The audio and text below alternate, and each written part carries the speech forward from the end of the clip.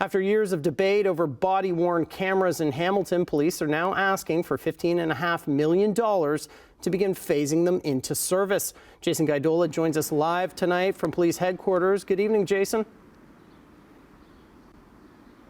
Yeah, good evening, Matt. Earlier today, I spoke with Hamilton Police Chief Frank Bergen, and he tells me that Hamilton Police have been studying body-worn cameras since 2014 and believes now is the time to start implementing them as they roll out new measures regarding and data regarding hate crimes and use of force. It's a game changer with respect to the interpretation of public trust. It's a game changer with respect to gathering evidence for investigations, and it's a game changer for officer and community safety. Hamilton Police Chief Frank Bergen says the service is looking to acquire 650 mini cameras to equip officers with during interactive police work. We have really been able to actually systematically really show the board that we have a true approach to the implementation of body-worn cameras. I've heard loud and clear from the community when we're now in the conversations of race and identity-based data, when we're talking about hate crime community review team. The plan was presented to the Police Services Board yesterday, requesting $15.5 million over 5 years to purchase the hardware, software, and 7 additional staff members for the program. Police say the price ask includes $4.5 million already being spent on licensing and data storage with camera company Axon. And more than $10 million new dollars will be required for the next 5 years. This will not be a budget pressure for 2024.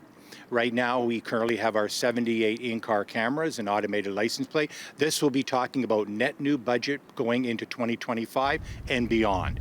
However, police add that the bulk of the cost is really buried in the digital infrastructure. Cloud-based capacity was built in when police installed cameras for their cruisers and technology for license plate identification.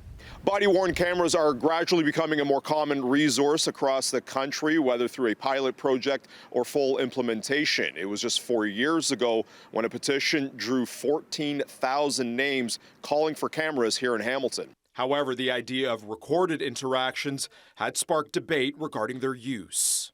And my worry would be that it could be problematic for somebody who is vulnerable in our community, having a camera put on them from a police officer, and we might erode some of the relationship.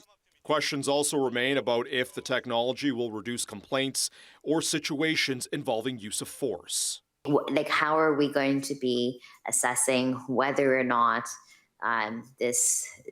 or how are we going to be tracking how this program is performing? So it benefits. It's not that we wouldn't get convictions necessarily, but it certainly becomes more impactful, and that evidence becomes better evidence. Now, no decision was made at yesterday's board meeting because not every member was in attendance, and the board wants every member to be present to make that decision. The matter has been pushed to the next police board meeting, which is on May 23rd.